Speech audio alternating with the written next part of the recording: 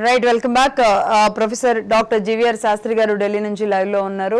అంటే తెలంగాణలో జరుగుతున్న అనేక అంశాలు అంటే ఇలా రేవంత్ రెడ్డి గారు అధికారంలోకి రావడం, ఒక్కొక్క దాన్ని అవినీతి జరిగింది అంటూ 10 ఏళ్లు సాధించుకున్న తెచ్చుకున్న తెలంగాణలో జరిగిందంతా అక్రమాలే, జరిగిందంతా దోచుకోవడమే అని ఈరోజు రేవంత్ రెడ్డి గారు అనేక సందర్భాల్లో మాట్లాడడం. అంతేకాదు ఒక అడుగు ముందుకేసి ఆయన మొన్న మధ్య ఒక సభలో ఒక బూతు మాట కూడా మాట్లాడడం, ఈరోజు కేసీఆర్ గారు కూడా దాన్ని అంతే స్థాయిలో తీసుకోవడం. కాకపోతే ఈ రోజు వరకు ఒక ప్రతిపక్ష నాయకుడిగా, గతంలో కూడా ప్రతిపక్ష నాయకుడిగా వెళ్ళారు, కానీ పార్లమెంట్లో కూడా ఎక్కువగా కేసీఆర్ గారు వెళ్లేవాళ్ళు కాదు. ప్రతిపక్షంలో ఉన్నప్పుడు, అధికారంలో ఉన్నప్పుడు ఒకలాగా, అధికారంలో లేనప్పుడు ఒకలా నాయకులు వ్యవహరించడం అనేది కరెక్ట్ కాదు అంటే ఈరోజు అనేక మంది విశ్లేషకులు, మేధావులు మాట్లాడుతున్న పరిస్థితి ఉంది. వీటన్నింటి మీద తెలంగాణలో జరుగుతున్న ప్రస్తుత రాజకీయ పరిస్థితుల మీద డాక్టర్ జీవీఆర్ శాస్త్రి గారు ఏం మాట్లాడతారో చూద్దాం. శాస్త్రి గారు నమస్తే అండి. శాస్త్రి గారు మ్యూట్ లో ఉన్నట్టున్నారు.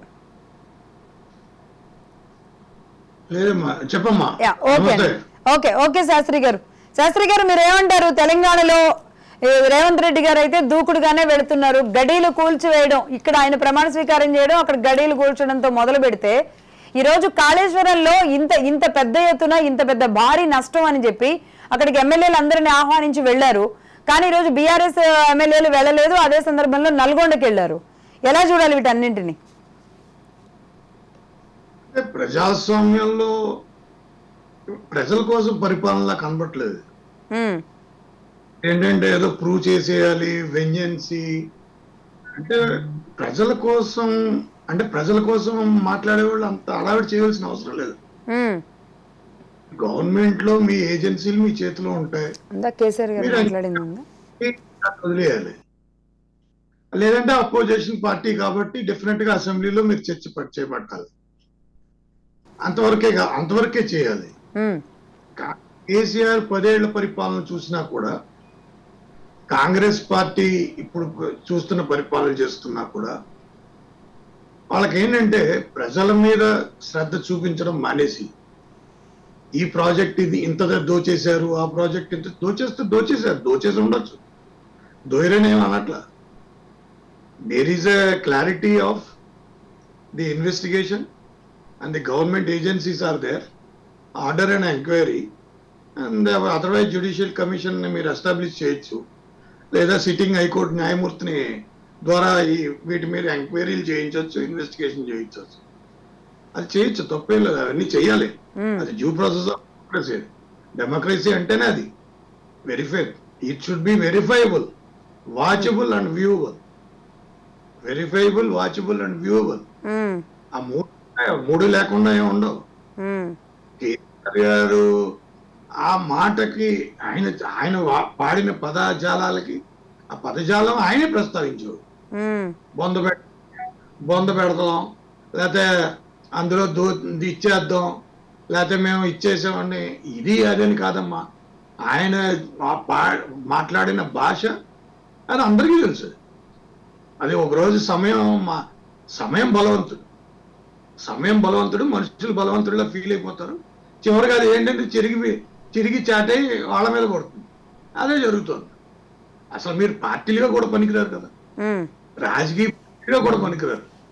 ఆయన 2 నెలల నుంచి అసెంబ్లీకి అటెండ్ అవ్వట్లేదంటే, ఆయన తాయితీగా తీసుకెళ్లి ఆయన ఓపెన్ గా నల్గొండ ఆయన పార్టిసిపేట్ చేయగలడు అంటే దాని అర్థం ఏంటి? ఆయన ప్రజాస్వామ్య వ్యవస్థ మీద నమ్మకం ఉంటే, ప్రజాస్వామ్య వ్యవస్థ నమ్మకం ఉంది కాబట్టి అసెంబ్లీలో ఎమ్మెల్యేలుగా ఎన్నుకున్నారు. అసెంబ్లీలో ఎమ్మెల్యేలుగా ఎన్నుకుంటేనే మీకు ముఖ్యమంత్రి పదవి వస్తుంది. ఆ ముఖ్యమంత్రి పదవి ఎప్పుడు వస్తుంది? మీరు ఎమ్మెల్యేలుగా మెజారిటీ పార్టీ లీడర్గా ఉన్నప్పుడు. అంటే మెజారిటీ పార్టీ అంటే ఇప్పుడు ఒకవేళ కేసీఆర్ కనుక నెగ్గుంటే, తెలంగాణ ఎలక్షన్స్ నెగ్గుంటే, ఈ రోజు ఆయనే కండక్ట్ చేసేవాడు కదా అసెంబ్లీ. అంటే ఆయన నెగ్గలేదు కాబట్టి అసెంబ్లీకి నేను రాడా? పోనీ అలాగే నడుపుకుంటూ వెళ్ళాడు కదా. అవును, అంటే సీఎం అవ్వలేదు కదా, బాధ ఉందేమో. ఆ బాధ ఉన్నట్టమ్మా, దేనికి బాధ? అసెంబ్లీ ప్రజాస్వామ్యంలో బాధలే ఉండవు. రాజకీయ నాయకుడిని ఎన్నుకుంటే ఎంత రెస్పాన్సిబిలిటీ ఉందో, ఎన్నుకోకపోయినా అంతే రెస్పాన్సిబిలిటీ ఉంటుంది.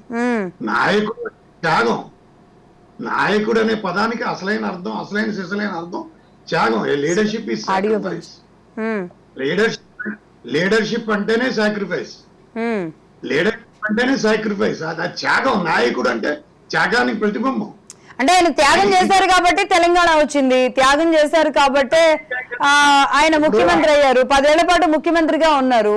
ఇప్పుడు ఆ త్యాగాన్ని గుర్తించలేదు ఎవరు అని ఏమైనా బాధలో ఉన్నారేమో. ఆయన త్యాగం చేశాడని ఆయన అనుకుంటే కాదు, ఆయన పార్టీ వాళ్ళు అనుకుంటే కాదు, ప్రజలు అనుకుంటారు. అది ఎప్పుడు చరిత్రలో అనుకోవాలి. అంతే, అనుకున్నా అనుకోపోయినా వచ్చిన ప్రయోజనం లేదు. 11 ఏళ్ల పాటు జనరల్ జియా వాళ్ళకు పాకిస్తాన్ పరిపాలించాడు. మరణించిన 3 రోజులకే ప్రజలు మర్చిపోయారు. మరణించిన 3 రోజులకే ప్రజలు మర్చిపోయారు. దాన్ని త్యాగం అంటే ఇలాంటి వాడు మాకు పరిపాలించకుండా ఉంటే బాగుంది అన్నారు. వాడు 11 ఏళ్ళు పరిపాలిస్తున్నప్పుడు చంకలు గుద్దారు. అంటే దాని అర్థం ఏంటి? ప్రజలకి ఆ ప్రజాస్వామ్యం మీద ఒక నమ్మకం లేకపోవడం. ప్రజాస్వామ్యం అంటే హేళన చేయడం, మాటలతో. ఎన్ని ప్రతిపక్షాలు కూడా ప్రజాస్వామ్యంలో ఒక భాగం, పార్టీలన్నీ ప్రజాస్వామ్యం భాగం. పార్టీల యొక్క జయ సాధన ఏంటంటే పవర్, పార్టీల యొక్క సాధన ఏంటంటే మనుషులు దోచేయడం, ప్రజలను ఇబ్బంది పెట్టడం. మేము గుర్తుందో లేదో, కేసీఆర్ ట్రాన్స్పోర్టేషన్ దానికి ఆర్టీసీని ప్రైవేటైజ్ చేసేద్దాం, నీకు ఎవడు దిక్కుమాలిన ఐడియాలు ఎవడిస్తాడు? ప్రైవేటైజ్ చేసేద్దాం అని ఆర్టీసీ మీద ఇచ్చేసింది అప్పుడు కేసీఆరే కదమ్మా. అప్పుడు ఆంధ్ర ప్రజలు అంబులెన్స్ విజయవాడ నుంచి హైదరాబాద్ వస్తుంటే ఆపేమన్నది కేసీఆరే కదా. ఉమ్మడి రాజధాని కదా అది ఆంధ్రప్రదేశ్ ఉమ్మడి రాజధాని కూడా, అది ఉమ్మడి రాజధాని. ఎగ్జాక్ట్లీ. అప్పుడు అలాంటి కార్యక్రమాలు అనేకం జరిగినాయి.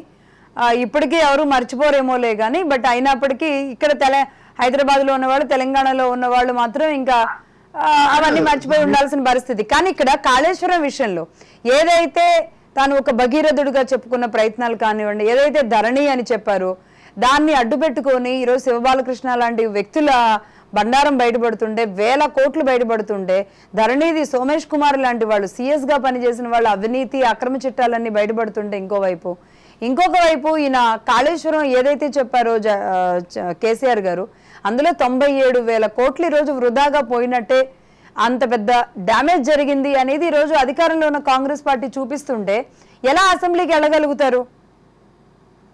ఇప్పుడు మేడారం నిన్న వాళ్ళు ఏదో యాత్రకి వెళ్ళారు, ముఖ్యమంత్రి అక్కడ చూపించారు. మేడిగడ్డ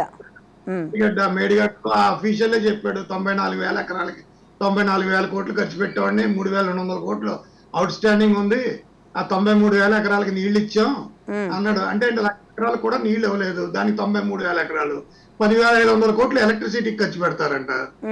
దీన్ని బట్టే ప్రాజెక్ట్ ఫిజిబిలిటీ అంటే మీరు 1,00,000 కోట్లు ఖర్చు పెట్టి అందులో 10,500కి వేరియబుల్ కాస్ట్ వస్తుంది అంటే ఆ ప్రాజెక్ట్ ఫిజిబుల్ లో కాదో మీకే తెలియాలి. ప్రాజెక్ట్ మేనేజ్మెంట్ 10,500 కోట్లు electricity cost, upliftment out water కి ఎంత దారుణం అది. మీరు చెప్పేదేమో 1 కోటి ఎకరాలకి నీళ్లు ఇచ్చామంటారా? అందులో 1% కూడా లేదా? ఎవడో చెప్పడం. ఆయన ఏదో రేవంత్ రెడ్డి చెప్పాడని నేను చెప్పట్లా, అక్కడ ఉన్న అఫీషియల్ చెప్తున్నా, అఫీషియల్ మైక్ పట్టుకుని ఆయన చదువుతున్నాడు, అఫీషియల్ చెప్తున్నాడు. అఫీషియల్ మాటల మీద నేను రెస్పాండ్ అవుతుంది.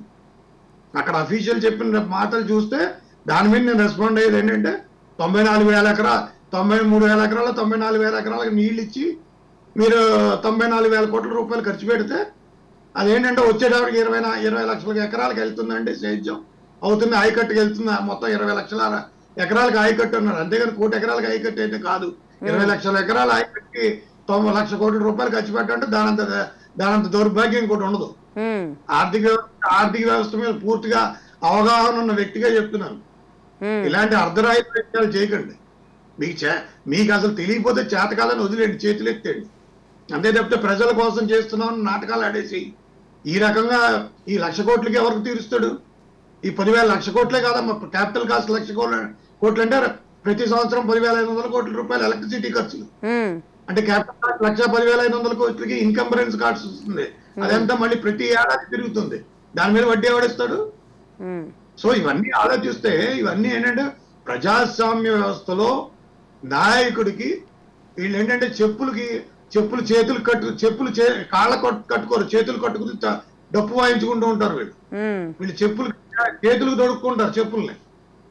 అలాంటి పరిస్థితుల్లో ఉన్నారు. ఒక్కసారి శాస్త్రి గారు, కేసీఆర్ గారు ఏమన్నారు నిన్నటి సభలో చూద్దాం. అంటే అసెంబ్లీకి ఆయన ఎందుకు వెళ్ళట్లేదంటే అనారోగ్య కారణాలు అన్నారు. నిన్న ఆయన అసలు ఆ సభలో ఏం మాట్లాడారో ఒకసారి చూద్దాం. ఇదా మీ రాజకీయం?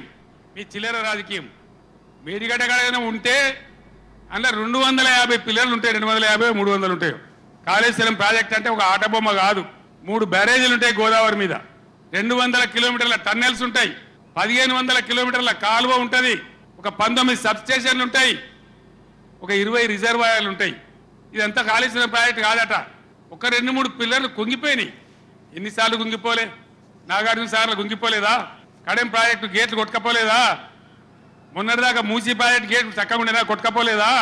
ఏదైనా పోతే సదరాలు దాన్ని మంచిగా చేయాలి, తొందరగా మంచిగా చేసి రైతులకు నీళ్ళు ఇవ్వాలి. కానీ మేము మేడిగడ్డకు పోతాం, బొందలగడ్డకు పోతాం, ఇదా రాజకీయమా? ఇది తెలివి అనిపించుకుంటుందా? ఇవి కాదు కావాల్సింది, రాష్ట్రానికి ప్రజలకు కావాల్సింది. ఓ లోడొచ్చు, వాళ్ళు గెలవచ్చు, ఎవరికి శాశ్వతం కాదు. మళ్ళీ డబల్ స్పీడ్తో మేము అధికారంలోకి వస్తాం. అప్పుడు మేము గిట్లే మాట్లాడన్నా, ఈ పద్ధతి అనుసరించానా? ఇదా మీ రాజకీయం, మీ చిల్లర రాజకీయం? రైట్ శాస్త్రి గారు, అంటే ఇప్పుడు ఆయన ఏమన్నారు, 2 పిల్లలు, ఆయన బాధ్యత రహిత్యం అది. అహంకారి దుర్యోధన అంటాం మేము. ఎంత అహంకారంతో ఆయన 2 పిల్లలు కుంగిపోతాయా? మీ ఇంటి పిల్లలు కుంగిపోయా? మీ ఫామ్ హౌస్ లో పిల్లలు కుంగిపోయా? నువ్వు ఉండే ఇల్లు కుంగిపోయిందా? కట్టుకున్న ఇల్లు లేదా వసంత విహార్ ఢిల్లీలో కట్టుకున్నది ఏమన్నా పార్టీ ఆఫీస్ ఏమైనా కుంగిపోయిందా? అంత అహంకారంతో 2 పిల్లలు కుంగిపోలేదా? ఇంకెక్కడా కుంగిపోలే అంటే ఇంకేదో కుంగిపోయి కట్టమని ఎవడైనా చెప్పాడా? అది క్రిమినల్ రెస్పాన్సిబిలిటీ కాదని ఆయనకి, ముఖ్యమంత్రిగా ఆయనకి తెలీదా? బక్ స్టాప్ విత్ ముఖ్యమంత్రి Chandrashekar only. A buck stops there only. He is as per the law, he is responsible and liable and accountable as a chief minister of the state. Enforcement Directorate మొన్న జార్ఖండ్ ముఖ్యమంత్రి లోపలేలా? ముఖ్యమంత్రినే లోపల వేసిందే. మీరేం మాట్లాడుతున్నారు? ఆయన అంత తెలివిగా చెప్తున్నాడు. 2 పిల్లలు కూలిపోయా? ఎవడబ్బా సొమ్మని మీ ఇంట్లో సొమ్ము తీసుకొచ్చి పెడుతున్నారా? ప్రజల సొమ్మది. ట్యాక్స్ అనే పదం వాడకూడదు. ఈ డెమోక్రటిక్ కంట్రీలో టీఏఎక్స్ ట్యాక్స్ అనే పదం లేదు ఇప్పటికి. సిటిజన్ కంట్రిబ్యూషన్ ఫండ్ అంది. ట్యాక్స్ అనే పదం చట్టరీత్యా నేరం అది. ఆ ట్యాక్స్ అనే పదం వాడటమే తప్పు. రాచరిక వ్యవస్థ నుంచి వచ్చింది ట్యాక్స్. అంత ఈజీగా చెప్తున్నాడు ఆయన. 2 పిల్లలు కూగిపోయా అంటే మీ ఇంట్లో మీ ఫామ్ హౌస్ లో ఏమైనా పిల్లలు కుంగిపోతే తెలుస్తుంది. ఇదేంటంటే మీరు ఎవరబ్బా సొమ్మని అంటే ఎంత ప్రజల డబ్బు అంటే ఎంత ఈజీ అయిపోయింది, అసహనం అయిపోయింది, అపహాస్యం అయిపోయింది. మీకు కాంక్రీట్ ఆడిట్ అంటే ఏంటి? చంద్రశేఖర్ రావుని అడగండి, కేసీఆర్ గారు చెప్పాలి ఏంటంటే కాంక్రీట్ ఆడిట్ అంటే ఏంటి. మీరు కాంక్రీట్ ఆడిట్ అంటే మన జోబులో డబ్బులు ఖర్చు పెట్టినట్టు ఖర్చు పెట్టాలి. ప్రజల సొమ్ముని మన జోబులో డబ్బులు ఏ రకంగా ఖర్చు పెడుతున్నాం ఆ రకంగా బాధ్యత మీరు ప్రమాణ స్వీకారం చేశారు. ఆ బాధ్యత మీరు ప్రమాణ స్వీకారం చేశారు. ఆ బాధ్యత కూడా దానికి కూడా సమాధానం చెప్పలేని దౌర్భాగ్య స్థితి. అంత అపహాస్యంగా, అంత ఓపెన్ గా. అవును 2 స్తంభాలు కూకిపోతే ఏమవుద్ది? అవునా? ఏమవుద్ది? ఏమవుదు? ఏమవుతుందో గోన లా ఆఫ్ ల్యాండ్ అంటే 300 పిల్లర్స్ ఉన్నాయి, 2 కూలి కుంగిపోతే ఏమవుతాయి అంటారు. ఏది ఒక్క పిల్లర్కు 1% ప్రాజెక్ట్ మేనేజ్మెంట్ ఎవడబ్బా సొమ్మమ్మా? What is meaning of PMC? ఎందుకు కూలిపోవాలి? దేనికి ఇది పాయింట్? డిస్కౌంటెడ్ వ్యాపారం ఇది డిస్కౌంటెడ్ వ్యాపారమా? ప్రజాస్వామ్యం ఈజ్ నాట్ ఏ డిస్కౌంటెడ్ వ్యాపారం. శాస్త్రి గారు, సరే ఇదంతా ఇలా ఉంటే ప్రజాస్వామ్యం డిస్కౌంటెడ్. ఆయనకి ఏంటంటే ఎమ్మెల్యేలు కొనేసుకోవడం, 10 మంది ఎమ్మెల్యేలు అట్టించి తీసుకుని, ఇది అంటే అపహాస్యం. అసలు నన్ను అడిగితే ఇలాంటి పార్టీలు తీసేయడం మంచిది. ఆయన ఓపెన్ గా ప్రధానమంత్రి ఓపెన్ గా చెప్పాడు కదా. ఆయన ఏం చెప్పాడు? ఎంత అపహాస్యం, ఎంత అపహాస్యం ప్రజాస్వామ్యం చేశాడో, ఈయన మీద అపహాస్యం ఆయన చేశాడు కదా. చెప్పాడు మా అబ్బాయి కోసం వచ్చాడండి ఆయన. ఏది ఇదా? మీకు ప్రజాస్వామ్యం అంటే నమ్మకం ఉందో లేదో మీకు తెలుసు. ఇంత దారుణమా? ఇంత అపహాస్యం ఇది. రైట్ శాస్త్రి గారు ఇదిలా ఉంటే సరే ఆయన అన్న దాంట్లో ఖచ్చితంగా అంటే మొన్న హరీష్ రావు గారు కూడా అదే అన్నారు, ఎందుకు మేడిగడ్డ విషయంలోనో లేదా కాళేశ్వరం విషయంలో ఇంత లైట్ ఎందుకు తీసుకుంటున్నారని అందరూ షాక్ అవుతున్నారు.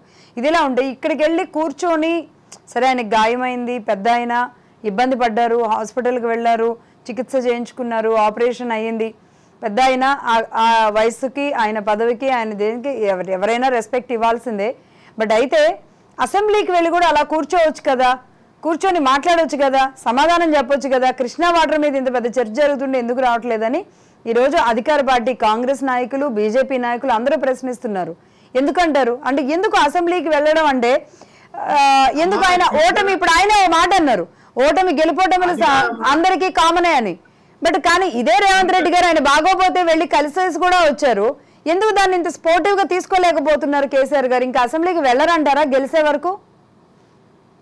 నన్ను అడిగితే సుమోటోగా chief election commission is a constitutional గా వాళ్ళు కాన్స్టిట్యూషనల్ గా స్వయం ప్రతి అటానమస్ బాడీ, అటానమస్ ఆర్గనైజేషన్, వాళ్ళు సుమోటోగా ఈ కేసును స్వీకరించి ఆయన నల్గొండలో జనసభకి వెళ్ళే తీరుకున్న ఆయనకి అసెంబ్లీకి వెళ్ళట్లేదు కాబట్టి ఆయన గురించి అని కాదు, ప్రతి ఒక్కరూ అసెంబ్లీకి వెళ్ళి తీరాలి. ప్రజల సమస్యల కోసం మీరు ప్రజల తరపున ఎలక్షన్లో పోటీ చేసి మీరు నెగ్గారు, మీరు వెళ్ళలేనప్పుడు ఆయన వెనకాల ఎవరైతే పోటీ చేశారో ఆయన నెగ్గినట్టుగా డిక్లేర్ చేసి పంపించడం మంచిది. చీఫ్ ఎలక్షన్ కమిషన్ సుమోటోగా తీసుకోలేదు, ఇదేం రూల్ ఏం అలా సుమోటో కూడా తీసుకోకూడదని రూల్ ఏం లేదు అక్కడ.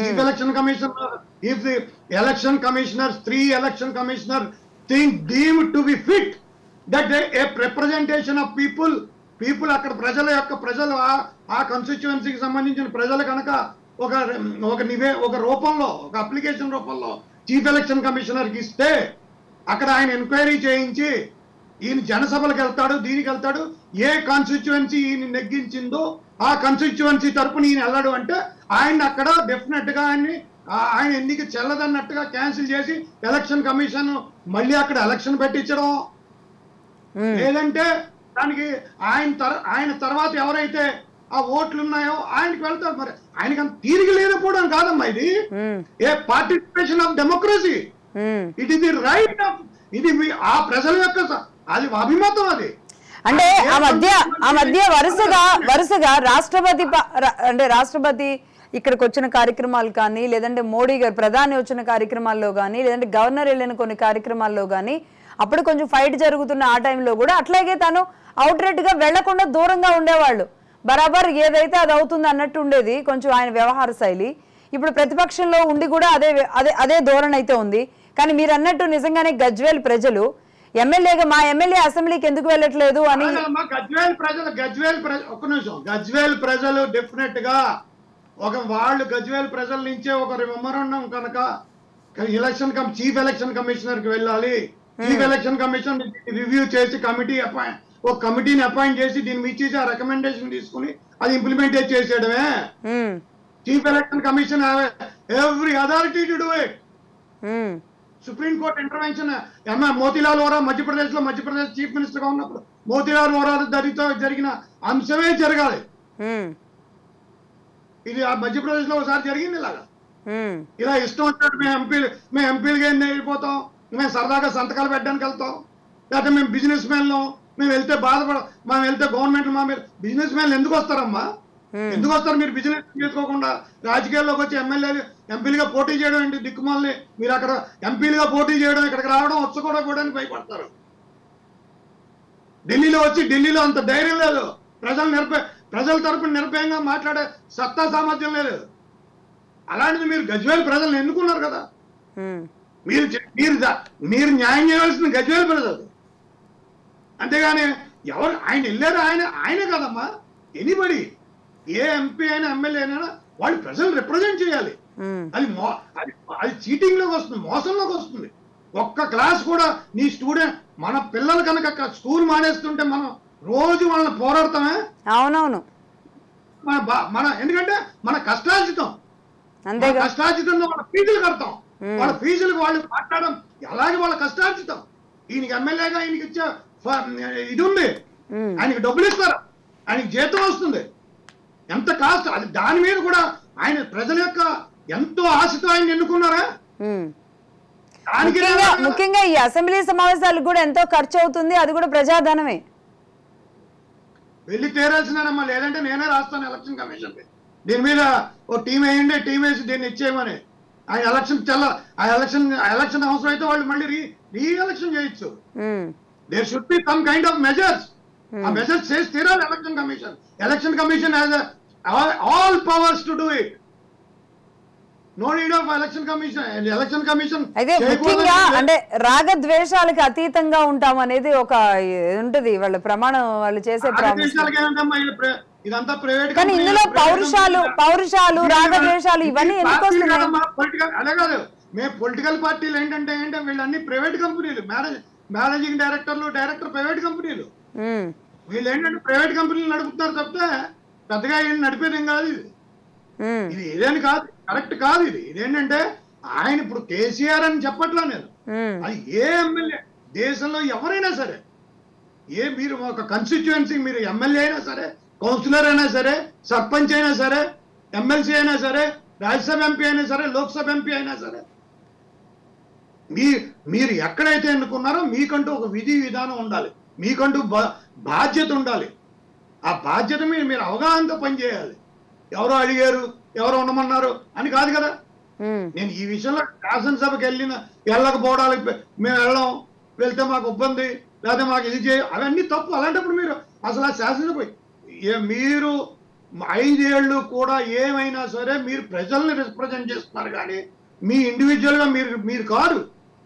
ఇప్పుడు రేపొద్దున మిమ్మల్ని ఎన్నుకున్నారు అనుకోండి, మీరు లక్ష్మి గారు అని ఎవరు అనరు, మీరు ఆ ఊరు ఎమ్మెల్యే అంటారు.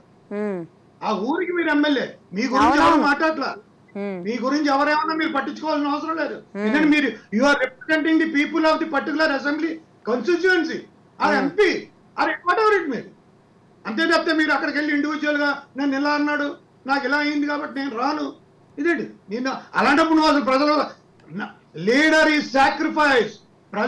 లీడర్ అంటే నాయకుడు అంటేనే త్యాగం. మీరు త్యాగానికి సిద్ధం లేనప్పుడు మీరు నాయకులు అవ్వకండి. నాయకుడిగా మీరు త్యాగం చేయలేనప్పుడు మీరు వెళ్ళకండి. మీరేంటంటే ఆ త్యాగం భరించాలి. గౌరవ సభలో ఎన్ని తిట్లు తిట్టేవారమ్మా, కురుసభలో ఎన్ని తిట్లు తిట్టేవారు, కురుసభలో వస్త్రాభరణ చేశారు. ఇక్కడ అంటే నాకు మీరు చెప్తుంటే ఒక ఇన్సిడెంట్ గుర్తొస్తుంది. ఆ మధ్య చంద్రబాబు నాయుడు గారు ఎంత కన్నీటి పర్యంతం అయ్యారు. లోపల జరిగింది ఈ రోజు వరకు ఆడియో రాకుండా భయంకరంగా తిట్టి కుటుంబాన్ని క్యారెక్టర్ అసాసినేషన్ చేసినప్పుడు ఆయన బయటకు వచ్చి ఏడ్స్తే నెక్స్ట్ డే ఏదో పాదయాత్ర ఇదే హైప్గా ఇదే ఎలక్షన్స్లోకి వెళ్ళేలాగా ఏదో చేయబోతుంది టీడీపీ అని అందరూ ఎదురు చూస్తే నెక్స్ట్ డే మళ్ళీ అసెంబ్లీకి వెళ్ళారు వీళ్ళంతా.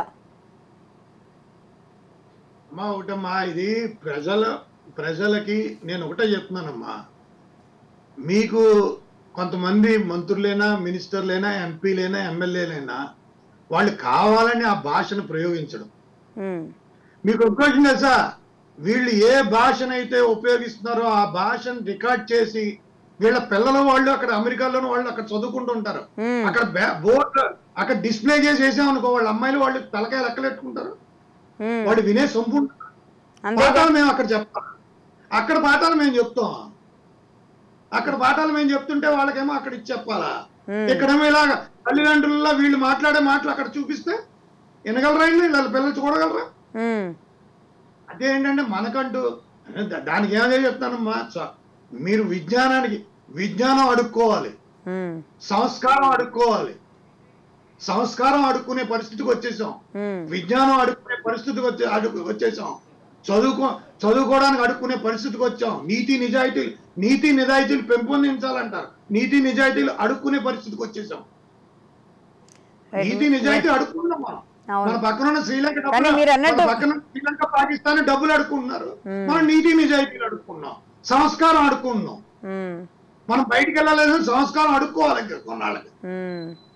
అంటే భాష అది నిజంగా అది ఎంతైనా అది శృతి మించిపోయి మాట్లాడుతున్న పరిస్థితి ఉంది. ఈరోజు ఇన్ఫాక్ట్ ఈరోజు వసంత పంచమి, జ్ఞానం ఆవిర్భవించిన రోజు అని చెప్తారు. కనీసం మన రాజకీయ నాయకులకి భాష విషయంలో జ్ఞానం, సబ్జెక్ట్ విషయంలో జ్ఞానం, బూతుల విషయంలో కొంచెం జ్ఞానం కలిగిస్తే భవిష్యత్తు తరాలకి ఇలాంటి బూతులు ఇలాంటి మాటలు మాట్లాడకుండా వెళ్ళే ఇది ఉంటుందేమో అండి. లేకపోతే ఇలా బజార్ పడిపోయినట్టుగా రాజకీయాలు బూతులతో యాక్చువల్లీ ఏపీలోనే అనుకున్నా ఇది కాస్త తెలంగాణకు కూడా అది పాకినట్టుగా కనబడుతుంది. జ్ఞానం అది ఎవరికైనా నేను ముఖ్యమంత్రికి చెప్పినా ఎవరికి చెప్పినా భాష రాజ్యాంగ ప్రకారం మీరు ప్రజలకు సంబంధించిన సేవకులు, మీకు ఎటువంటి ప్రజాప్రభుత్వాల దగ్గర మీకు అధికారం ఉండదు, ప్రజల మీద అధికారం అనేది ఉండదు, ఎవరి మీద అధికారం ఉండదు. మన చట్టాలు మనకు చాలా స్పష్టంగా ఉన్నాయి. Law its take its own course of action. చట్టం దాని పని అది చేసుకుపోతుందనే పదం ఎందుకు వాడారంటే అది కరెక్ట్ గా.